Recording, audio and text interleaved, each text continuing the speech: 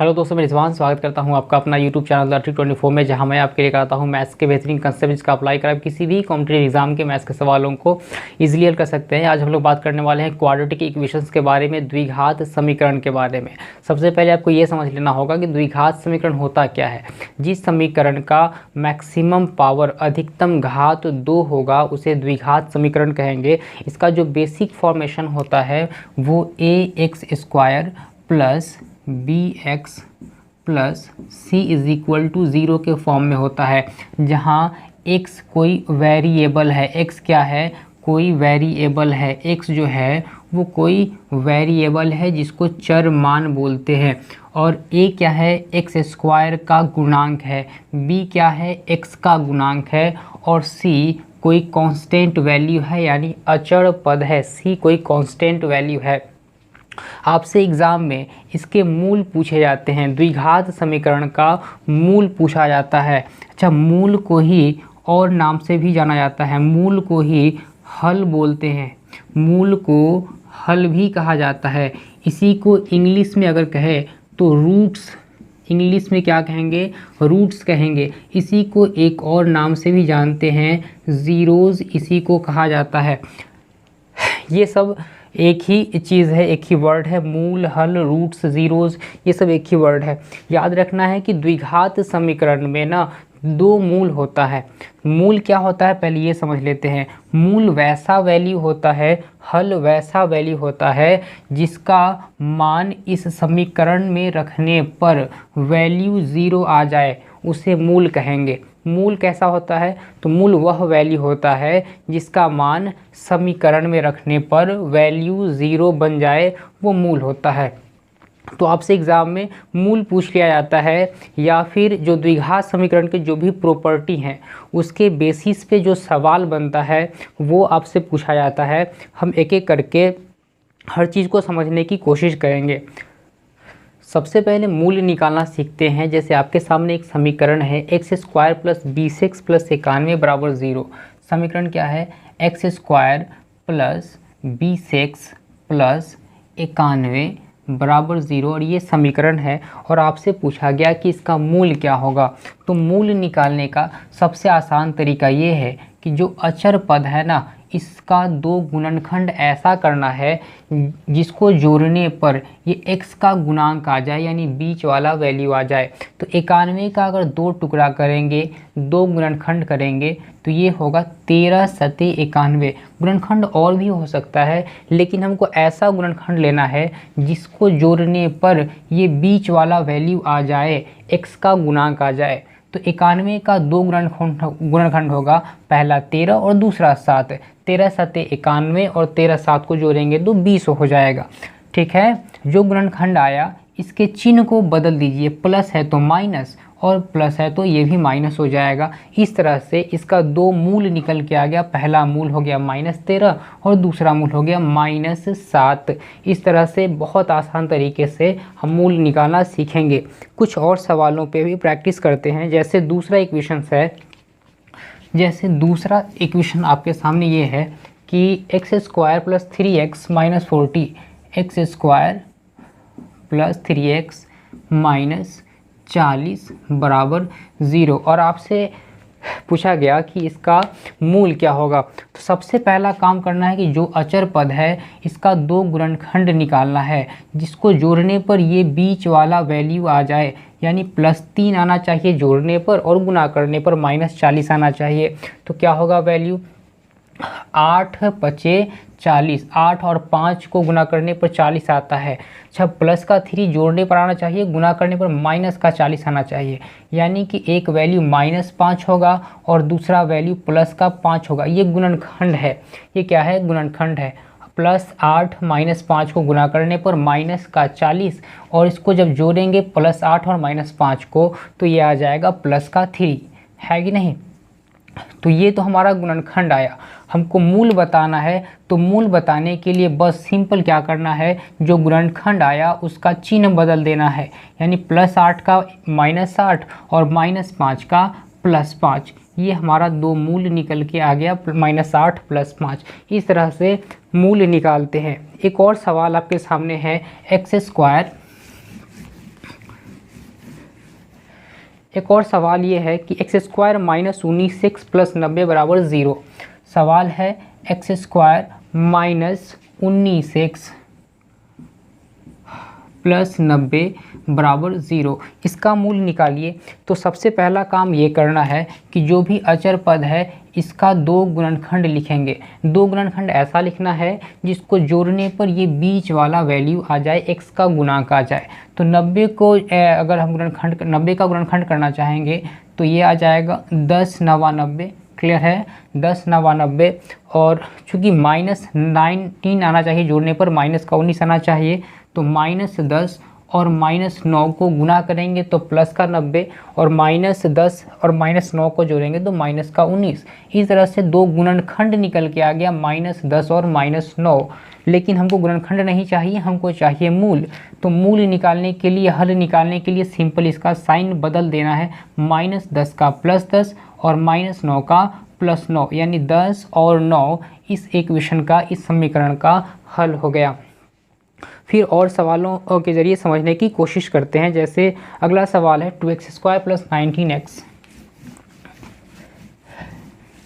अगला सवाल जो है वो है 2x² माइनस 19x प्लस 44 बराबर 0। 2x² माइनस 19x प्लस 44 बराबर 0, इसका गुणनखंड निकालना है। तो अभी तक जो आप पढ़ रहे थे उसमें x² का गुणांक 1 था, क्या था, 1 था, लेकिन अब वैल्यू अलग है। तो इसको कैसे करा जाए? तो इसको करने के लिए सिंपल सी काम ये करना है कि जो भी अचर पद है और x² का जो गुणांक है इसको साथ में गुणा कर दीजिए। अचर पद को x² के गुणांक के साथ में गुणा कर देना है, यानी 44 को जब 2 से गुणा करेंगे तो ये बनेगा 88। चिन्ह का भी ख्याल रखना है, प्लस का है और यहाँ भी प्लस है, यानी प्लस का 88 गुणा करने पर आ गया। इसका दो गुणनखंड ऐसा करना है जो बीच वाला वैल्यू आ जाए, यानी x का गुणांक आ जाए। तो दो गुणनखंड इसका क्या होगा, तो 11 8 88, 11 8 88 हो गया। और चूँकि माइनस का 19 लाना है तो -11 और -60, -11 और -60 है कि नहीं, -11 और -60 को गुणा करेंगे तो प्लस का 88 और जोड़ने पर माइनस का 19। ये तो हो गया गुणनखंड।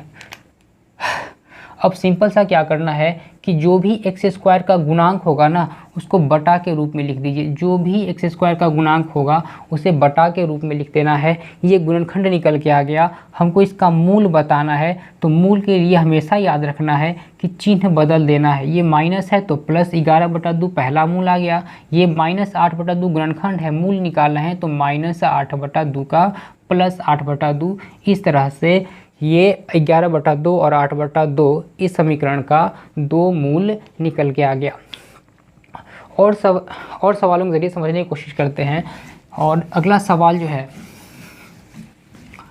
वो अगला सवाल ये है कि 12x² + 11x - 56, 12x² माइनस का 11x - 56 बराबर 0, ये कैसे होगा? तो इसे करने के लिए सबसे पहला काम ये करना है कि जो अचर पद है x² के गुणांक के साथ में गुना कर दीजिए। यानी 12 को -56 से गुना करना, ये थोड़ा सा गुना करना मुश्किल होगा तो गुना करेंगे नहीं, इसका अलग अलग गुणनखंड निकाल लीजिए। तो 12 का हो जाएगा 2 दूनी 4 तिहाई 12, 56 का क्या हो जाएगा 2 दूनी 8 दूनी 16, 2 दूनी 4 दूनी 8 7 56, ये निकल के आ गया। चूँकि माइनस है तो एक माइनस भी इसमें लगा रहेगा। ये तो अलग अलग गुणनखंड आ गया। अब ऐसा दो टुकड़ा करना है, ऐसा दो गुणनखंड करना है जिसको जोड़ने पर माइनस का 11 आ जाए, नहीं तो ये होगा 2 दूनी 4 दूनी 8 चौके 32 और एक आ गया हमारा 7 3 21, 32 और एक माइनस भी लाना है तो एक वैल्यू को माइनस कर देते हैं, -32 और प्लस का 21। ये गुना करने पर आ जाएगा टोटल इतना, और इसे जोड़ने पर माइनस का 11 आ जाएगा। अब क्या करना है, अब जो भी वैल्यू आया ना उसमें बटा में लगा देना है x² का गुणांक, बटा में लगा देना है x² का गुणांक, है। ये तो हमारा गुणनखंड आ गया। मूल निकालने के लिए चिन्ह बदल देना है, यानी -32/12 को लिखेंगे +32/12। ये पहला मूल हो गया। दूसरा मूल है 21/12, तो ये चिन्ह बदल देना है -21/12। ये दो अलग अलग मूल निकल के आ गया, हल निकल के आ गया। ये तो इसको चाहें तो हम शॉर्ट फॉर्म में भी बदल सकते हैं, जैसे 4 × 12 4 × 8 32, यानी 8/3 पहला मूल शॉर्ट फॉर्म में। यहाँ भी चाहे तो कर सकते हैं 3 × 12 और 3 × 7 21, यानी कि -7/4 ये दूसरा मूल निकल के आ गया। क्लियर है कि 10x² -29x + 21। सवाल है 10x² -29x प्लस का 21 बराबर 0। ये सवाल है, इसका मूल बताना है, हल बताना है। तो मूल निकालने का बिल्कुल वही तरीका है कि 21 और 10 को गुना कर दीजिए। अचर पद को x² के गुणांक के साथ में गुना कर देना है। तो 21 और 10 को गुना करेंगे 210 हो गया। प्लस का है, प्लस का 210। इसका दो ऐसा गुणनखंड करना है, दो ऐसा फैक्टर करना है जिसको जोड़ने पर ये x का गुणांक वाला वैल्यू आ जाना चाहिए, बीच वाला आ जाना चाहिए, है ना। तो 210 का क्या होगा, 14 और 15 को गुना करेंगे तो आ जाएगा 210। 14 और 15 को गुना करेंगे 210 निकल के आएगा। माइनस का 29 लाना है तो -14 और -15 दो गुणनखंड आ गया। -14 -15 को गुना करेंगे 210 और जोड़ देंगे तो -29। अब क्या करना है, जो भी x² का गुणांक होगा उसे बटा में लिख देना है, यानी ये हो जाएगा बटा में 10। ये तो गुणनखंड निकल के आ गया। मूल निकालना है, तो मूल निकालने के लिए क्या करना है, चिन्ह को बदल देना है। -14/10 तो +14/10, -15/10 तो प्लस का 15/10। चाहे तो आप इसको शॉर्ट फॉर्म में भी लिख सकते हैं। ये कट जाएगा 7 बार में और 5 बार में, 7/5 और दूसरा मूल निकल के आ गया 5 से 2 बार में और 3 बार में 3/2। ये दो अलग अलग मूल निकल के आ गया, 7/5 और 3/2। इस तरह से हम मूल निकालते हैं और आई होप आपको समझ में आया होगा। अब अगली कंसेप्ट की तरफ चलते हैं, जैसे नेचर ऑफ रूट्स के बारे में। जो द्विघात समीकरण होता है उसका जो मूल होगा ना, मूल का नेचर, प्रकृति के बारे में समझने की कोशिश करते हैं और उसके आधार पे बहुत सारा सवाल बन जाता है। तो ज़रा उसे एक एक करके समझ लेते हैं। क्या है, नेचर ऑफ रूट्स, मूलों की प्रकृति। नेचर ऑफ रूट्स यानी मूलों की प्रकृति। जैसे द्विघात समीकरण का जो बेसिक स्ट्रक्चर होता है वो ax² + bx + c = 0।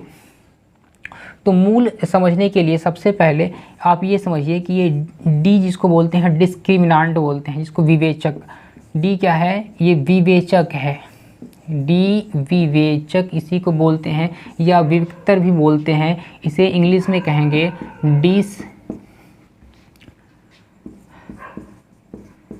डिस्क्रिमिनांट बोलते हैं इसको इंग्लिश में। क्लियर है, विवेचक बोलते हैं। विवेचक ये होता क्या है, ये होता है b² - 4ac। b² यानी x का जो गुणांक है उसका स्क्वायर - 4ac। d का वैल्यू अगर 0 से छोटा आ जाए, d का वैल्यू अगर 0 से छोटा आ जाए, जो विवेचक निकालेंगे b² - 4ac जब निकालेंगे, अगर इसका मान 0 से छोटा होगा तो इसका जो मूल बनेगा ना वो काल्पनिक बनेगा। क्या बनेगा, काल्पनिक बनेगा। इसका जो मूल होगा वो काल्पनिक होगा, इमेजिनरी होगा। ये था पहला शर्त। दूसरा शर्त, अगर d 0 के बराबर आ जाए, d 0 के बराबर आ जाए, विवेचक अगर 0 के बराबर आ जाए, यानी b² - 4ac जब निकालेंगे और ये 0 के बराबर आ जाएगा तो इसका जो मूल होगा ना वो वास्तविक होगा। मूल कैसा होगा, वास्तविक होगा। और साथ ही साथ यह बराबर भी होगा, दोनों वैल्यू बराबर होगा। द्विघात समीकरण के दो मूल और दोनों बराबर कब होगा, जब d विवेचक 0 आ जाए। थर्ड कंडीशन क्या बनता है कि विवेचक d का वैल्यू जब 0 से बड़ा आएगा, d का वैल्यू विवेचक जब b स्क्वायर माइनस 4ac का वैल्यू निकालेंगे और इस 0 से बड़ा आ जाएगा तो इसके मूल भी वास्तविक होता है और साथ ही साथ यह अलग अलग होगा, यानी असमान होगा, अनइक्वल होगा, बराबर नहीं होगा, दोनों वैल्यू अलग अलग होगा। तो ये 3 कंडीशन बनता है, 3 नेचर होता है, अलग अलग 3 तरह का नेचर होगा। इस पे सवाल कैसा बनता है ज़रा उसको समझ लेते हैं। जैसे सवाल यह है कि निम्नलिखित द्विघात समीकरणों में से किसके मूल बराबर हैं। आपके सामने 4 ऑप्शन दिया गया है, x square minus 14 x minus 49 बराबर 0, दूसरा ऑप्शन है x square plus 7x plus 49 is equal to 0, x square minus 7x minus 49 is equal to 0 और चौथा ऑप्शन है x square plus 14x plus 49 is equal to 0। आपको ये बताना है कि इसमें से कौन सा समीकरण ऐसा है जिसका मूल बराबर होगा। तो मूल बराबर होने का कंडीशन आपको ये समझाए कि विवेचक जब b स्क्वायर माइनस 4ac का वैल्यू निकालेंगे तो वो 0 आना चाहिए, 0 आएगा तो मूल बराबर होगा। एक एक करके चेक करना पड़ेगा। चेक कैसे होगा, ये हमारा b होता है, एक्स स्क्वायर का गुणांक को a बोलते हैं, x का गुणांक b होता है और कांस्टेंट वैल्यू को c कहते हैं। तो b स्क्वायर माइनस 4ac क्या होगा इसके लिए यहाँ देखते हैं। तो -14 का स्क्वायर 196 हो गया, b square minus 4ac 4 into a1 हो गया और c का मतलब -49। देखिए ये माइनस माइनस प्लस बन गया, यानी ये तो हमारा 0 होगा नहीं पहली बात, तो ये ऑप्शन हमारा गलत हो गया। दूसरा चेक करते हैं, दूसरा बी स्क्वायर यानी 7 का स्क्वायर 7 7 49 और -4 इंटू AC1 इंटू 49, ये भी कभी 0 के बराबर तो नहीं लगेगा, ये भी 0 नहीं होगा। तीसरा भी चेक कर लेते हैं, ये हो जाएगा -7 का square 49 minus 4AC 4 into 1 into -49, ये भी 0 के बराबर है, यहाँ गुना करेंगे नहीं आएगा, ये भी 0 नहीं होगा। चौथा ऑप्शन भी चेक कर लेते हैं, बी स्क्वायर यानी 14 का square 196 minus 4ABC minus 4AC 4 into 1 into 49, 9 चौका 36 4 को 16 3 19, 196 से 196 घटेगा, ये वैल्यू बन गया 0, यानी चौथा ऑप्शन हमारा सही जवाब है क्योंकि इसका जो विवेचक आया b square minus 4AC is equal to 0। जैसे एक और सवाल है कि निम्न द्विघात समीकरण में किसके वास्तविक मूल हैं। आपके सामने 4 ऑप्शन दिया गया है, 4x square minus 3x plus 6 is equal to 0, 2x square plus 7x plus 6 is equal to 0, तीसरा ऑप्शन है x square minus 2x plus 4 is equal to 0 और चौथा option 3x square minus 4x plus 3 is equal to 0। आपसे ये पूछा गया कि किसके मूल वास्तविक होंगे। मूल वास्तविक, तो मूल वास्तविक होने का 2 कंडीशन होता है, एक तो पहला विवेचक 0 आ जाए मूल वास्तविक होगा, 0 से बड़ा आ जाए तो भी ये मूल वास्तविक होगा। एक एक करके चेक करते हैं।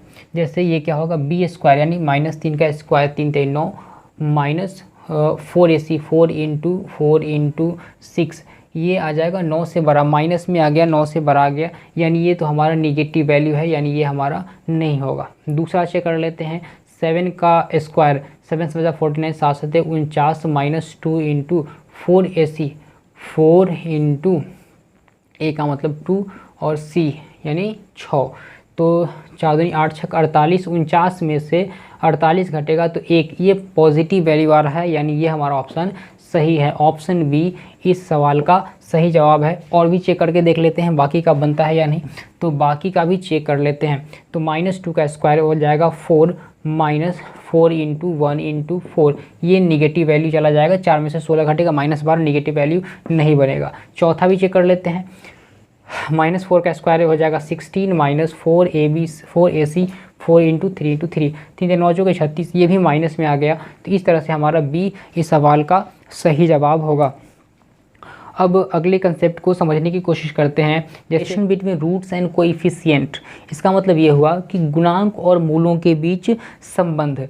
जैसे किसी भी द्विघात समीकरण का जो बेसिक स्ट्रक्चर होता है वो ax square plus bx plus c is equal to 0 के फॉर्म में होता है, जहाँ एक्स स्क्वायर का गुणांक ए, एक्स का गुणांक बी और सी कोई कांस्टेंट वैल्यू होता है ना। द्विघात समीकरण का दो मूल होगा। अच्छा, इस दो मूल को अगर हम नाम देना चाहे तो पहले मूल को हम अल्फ़ा से पुकारते हैं और दूसरे वाले को बीटा के नाम से पुकारते हैं। ये जनरली अल्फ़ा और बीटा के नाम से ही जाना जाता है। पहला मूल को अल्फ़ा और दूसरा मूल को बीटा के नाम से जनरली पुकारते हैं।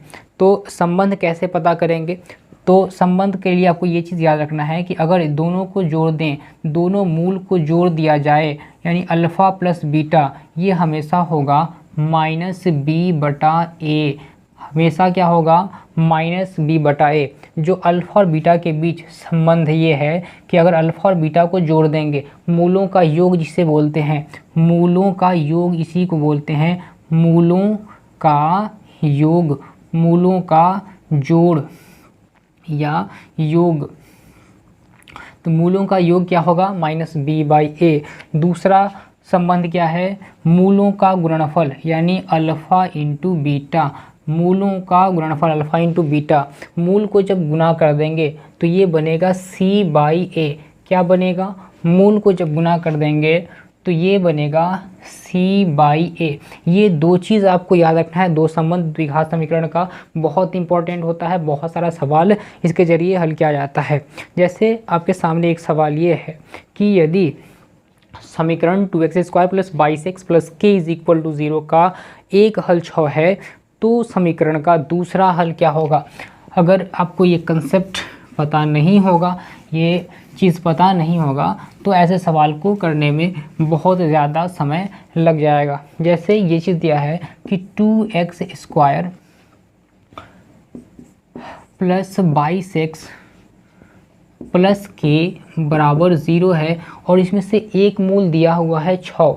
एक मूल कितना है? एक हल जो है वो 6 है। तो एक हल 6 है तो दूसरा हल को हम कुछ मान लेंगे, दूसरा हल को बीटा मान लिए, है कि नहीं। और ये चीज़ अभी आप समझे कि मूलों का जो जोड़ होता है, मूलों का योग होता है, वो होगा माइनस बी बटा में ए, माइनस बी बटा में ए। अब यहाँ से ये 6 और बीटा को छोड़ दीजिए, पता करना है माइनस बी का वैल्यू कितना है?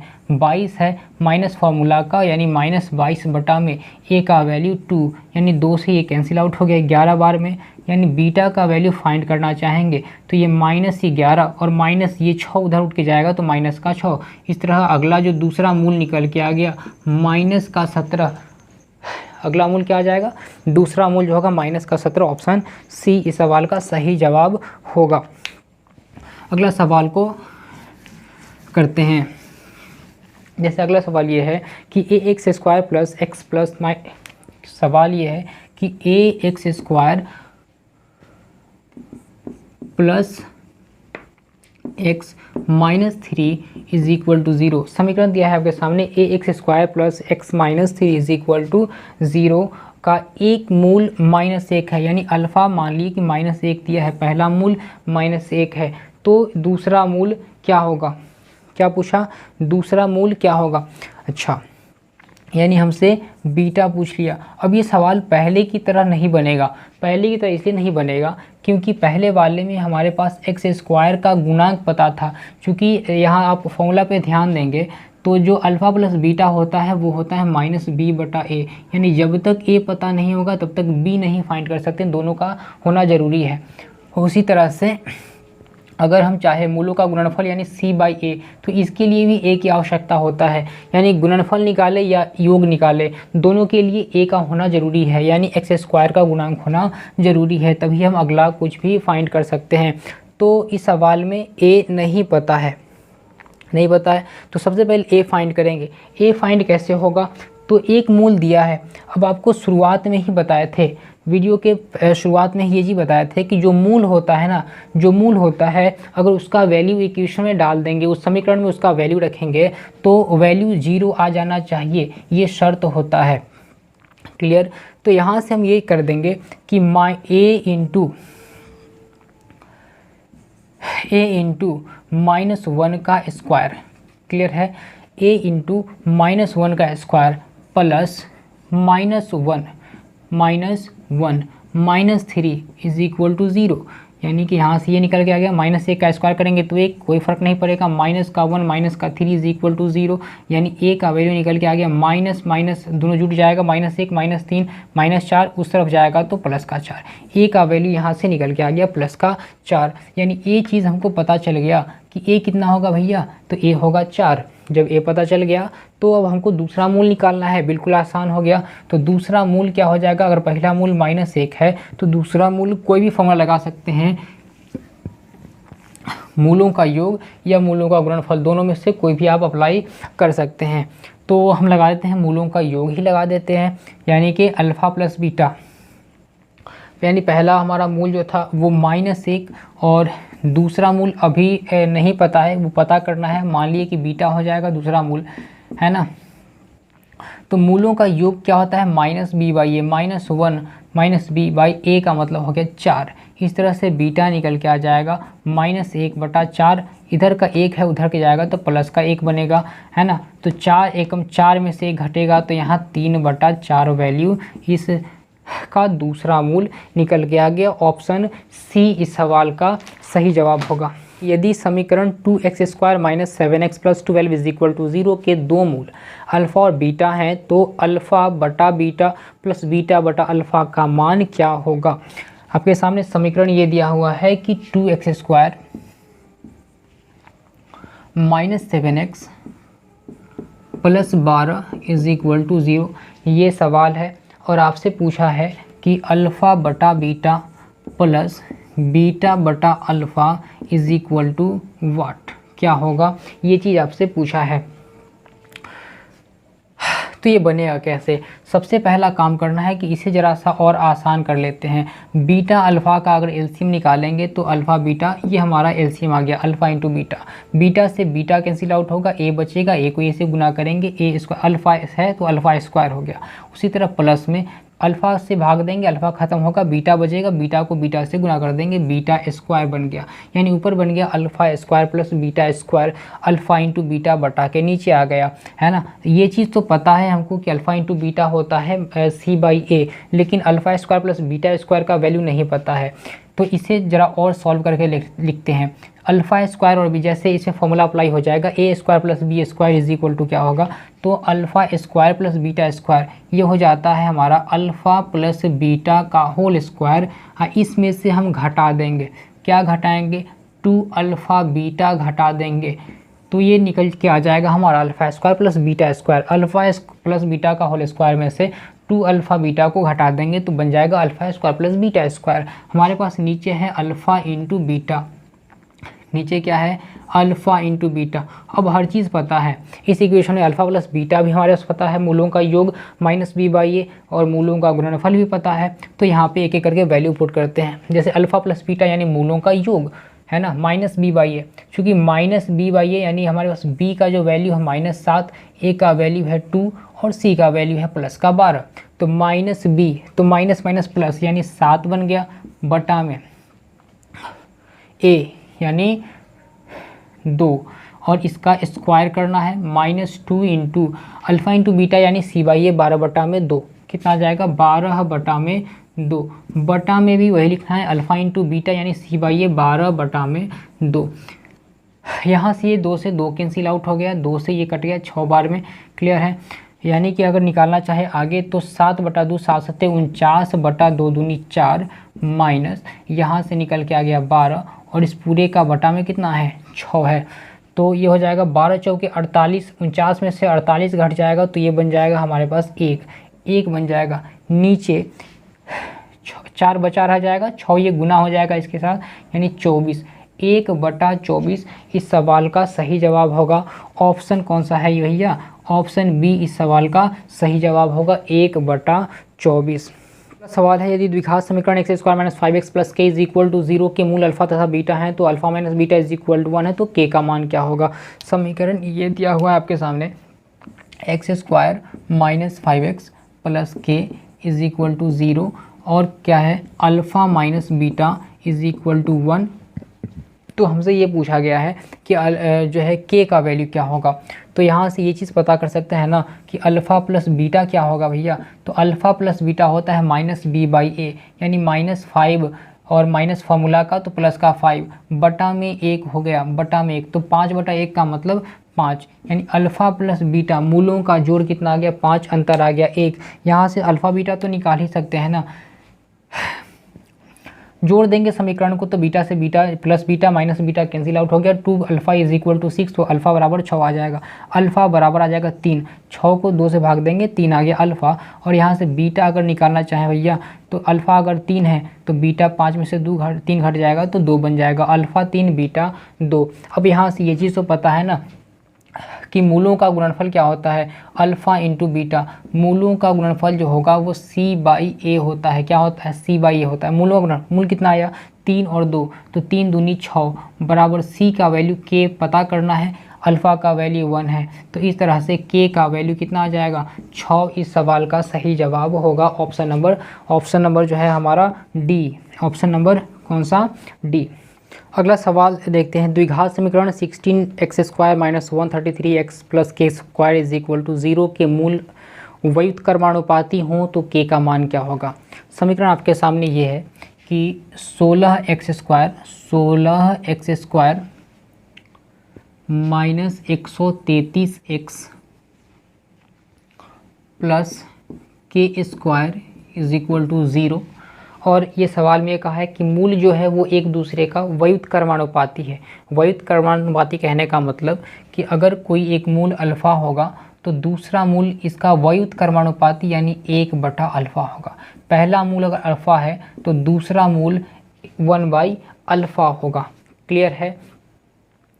तो आपको यहाँ से एक चीज़ ध्यान रखना है, एक चीज़ और प्रॉपर्टी यहाँ से बन जाता है। वो क्या बनता है कि अगर हम मूलों का योग निकालना, मूलों का गुणनफल निकालना चाहें, यानी मूलों का जब गुणनफल निकालना चाहे तो मूलों का गुणनफल का प्रॉपर्टी क्या होता है, c/a होता है। मूलों का गुणनफल क्या होता है, c/a होता है। तो यहाँ से देखिए अल्फ़ा से अल्फ़ा कैंसिल आउट हो गया तो क्या बन गया, 1 बन गया। 1 बराबर c/a तो यहाँ से a बराबर c। तो ये चीज़ एक आपको याद रखना है कि जब भी व्युत्क्रमानुपाती होगा, मूल व्युत्क्रमानुपाती होगा एक दूसरे का ना, तो उस कंडीशन में जो x² का गुणांक होगा वही चीज़ अचर पद भी होगा। ये चीज़ याद रखना है। जैसे इस सवाल के लिए जो अचर पद है k² अचर पद और ये बराबर होगा 16 के, बराबर किसके होगा 16 के। तो k बराबर क्या होगा +-4 यानी इस तरह इस सवाल का सही जवाब होगा ऑप्शन नंबर बी। अगर प्रॉपर्टी याद रहे तो बहुत जल्दी, बहुत आसान तरीके से इस सवाल को हल करा जा सकता है। ये बहुत बढ़िया सवाल था, लॉजिकल सवाल था। इसी तरह एक अगला सवाल भी है, क्या है कि 3x² - 5k + 18x + 26 is equal to 0 के दो मूल परिमाण में समान हैं लेकिन चिन्ह में विपरीत हैं। ये चीज़ पे ध्यान रखना है। परिमाण में क्या है, इक्वल है, बराबर है, लेकिन उसका जो दोनों का साइन है ना वो अलग चीज़ है। जैसे समीकरण आपके सामने लिख देते हैं, ये है 3x² -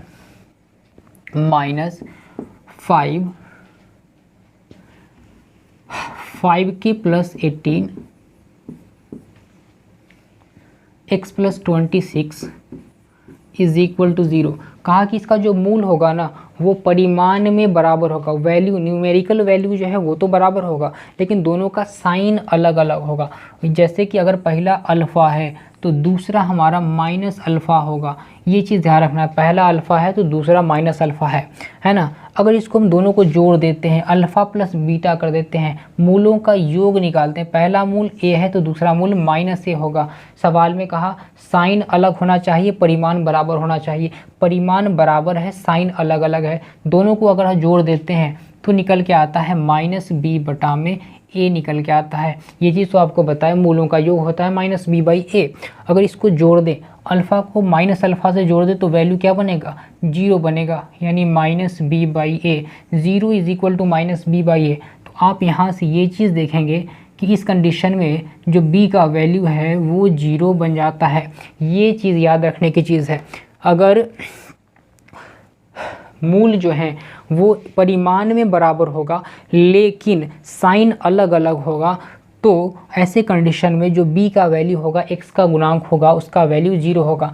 अब इस सवाल पे रिटर्न आते हैं, b का वैल्यू सवाल के हिसाब से समझ गए कि इस कंडीशन में b क्या होगा 0 होगा, तो b को 0 कर देते हैं, यानी 5k + 18 इज इक्वल टू 0। तो यहाँ से 5k निकल के आ जाएगा माइनस का 18, तो k का वैल्यू निकल के आ गया -18/5। और इस तरह इस सवाल का सही जवाब होगा ऑप्शन नंबर बी। तो ये कुछ बढ़िया सा ट्रिक था और आई होप आपको समझ में आया होगा सारी चीज़ें, है ना। अगर ये सारी चीज़ें पसंद आया तो वीडियो को लाइक करें, अपने दोस्तों को भी शेयर करें, और चैनल पे नए हैं तो चैनल को सब्सक्राइब जरूर कर ले, ताकि आने वाली जो भी वीडियोज़ हो मैं इसी तरह का वीडियोज़ बनाते रहता हूँ कॉम्पिटिटिव एग्ज़ाम के लिए, तो आप तक वो पहुँच जाए। और बहुत बहुत शुक्रिया आपको अभी तक हमारे साथ बने रहने के लिए। फिर मिलते हैं अगले वीडियो में, बाय।